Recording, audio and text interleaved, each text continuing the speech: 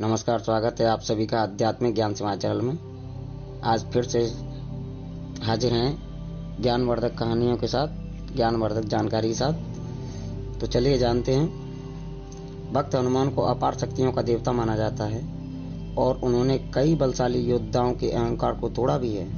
लेकिन एक बार हनुमान जी को बाली से भी युद्ध करना पड़ा था। लेकिन हनुमान जी को आखिर ऐसा करना क्यों पड़ा था, आइए जानते हैं।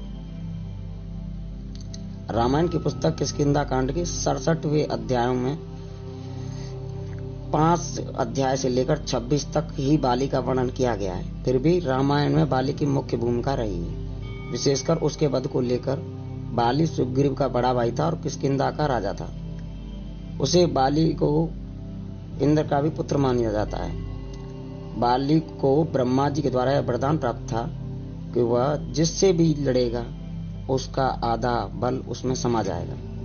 इसी कारण से बाली से लड़ने वाला कितना भी शक्तिशाली क्यों न हो, उसकी आधी शक्ति बाली में समा जाती थी और लड़ने वाला कमजोर होकर मारा जाता था।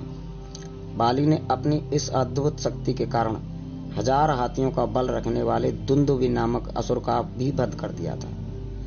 दुंदुभी के बाद बाली ने उसके भाई मायावी का भी एक गुफा में वध कर दिया था। इसी घटना के बाद बाली और सुग्रीव के बीच में शत्रुता पैदा हो गई थी। इसी शक्ति के कारण वनराज बाली से युद्ध करने में देव, मानव, दानव कोई भी समर्थ नहीं था। बाली के बल के कारण और बाली के बल के बारे में पृथ्वी पर हर कोई जानता था। रामायण में भी यही बताया गया है कि एक बार बाली ने असुरराज रावण को भी अपनी कांख में बंद कर लिया था, जिसमें बाली ने अपने बल की वजह से रावण को 6 माह तक अपनी कांख में दबाए रखा था। अंत में रावण ने हार मानकर बाली को अपना मित्र बना लिया था। इसी युद्ध के बाद बाली का घमंड आसमान छूने लगा था। बाली अपनी ताकत के नशे में चूर लोगों को यहाँ वहाँ चुनौतियां देता फिरता था। एक बार बाली वन में चिल्ला रहा था कि है कोई ऐसा वन में जो मुझे हरा सके। उसी वन में हनुमान जी तपस्या कर रहे थे और अपने आराध्य भगवान श्री राम का जप कर रहे थे। बाली के चिल्लाने के कारण उनकी तपस्या भंग हो गई। उन्होंने बाली से कहा कि वानर राज, आप अति शक्तिशाली हैं, आपको कोई भी नहीं हरा सकता, लेकिन आप इस तरह चिल्ला क्यों रहे हैं। यह बात सुनकर बाली को क्रोध आ गया। उसने हनुमान जी को यहाँ तक कि भगवान राम को भी चुनौती दे डाली। बाली ने कहा कि हनुमान, तुम तो क्या तुम्हारे राम भी मुझे नहीं हरा सकते। है दम तो बुलाओ अपने राम को। राम जी का उपहास सुनकर हनुमान जी को गुस्सा आ गया और उन्होंने बाली की चुनौती को स्वीकार कर लिया। दोनों के बीच में तय हुआ कि अगले सूर्योदय होने के साथ ही दोनों के बीच में युद्ध होगा। अगले दिन हनुमान जी तैयार होकर दंगल के लिए निकले ही थे कि ब्रह्मा जी प्रकट हुए। उन्होंने हनुमान जी को समझाने की कोशिश की कि वह बाली की चुनौती को स्वीकार न करें। इस पर हनुमान जी ने कहा कि प्रभु, बाली जब तक मुझे ललकार रहा था तब तक तो ठीक था, लेकिन उसने भगवान श्री राम को भी चुनौती दे दी है, इसलिए मैं उसे सबक सिखाकर रहूंगा।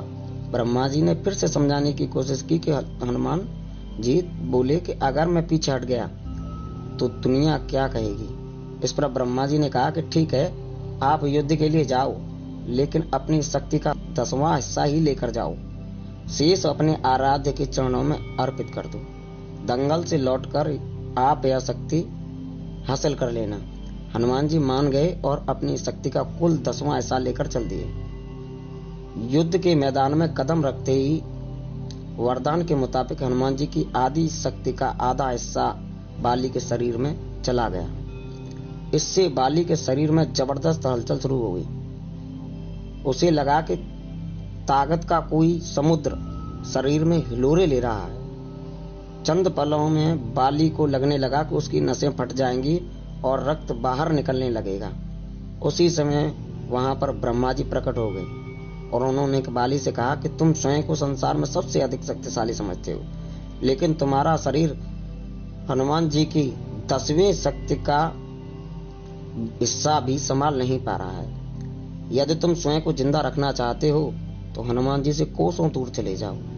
बाली ने ऐसा ही किया और बाद में उसे आभास हुआ कि हनुमान जी उससे कहीं अधिक शक्तिशाली हैं। उसने हनुमान जी को दंडवत प्रणाम किया और बोला, अथाह बल होते हुए आप हनुमान जी शांत रहते हो और राम भजन गाते रहते हो। एक मैं हूँ जो उनके एक बाल बल के बराबर नहीं हूँ और उनको ललकार रहा था। हे हनुमान जी, मुझे क्षमा कीजिए। तो प्रभु हनुमान जी ने बाली को क्षमा कर दिया। आपको यह रोचक ज्ञानवर्धक जानकारी आपको कैसी लगी, कृपया कमेंट में बताएं और लाइक, सब्सक्राइब और शेयर तो अवश्य करें ही करें।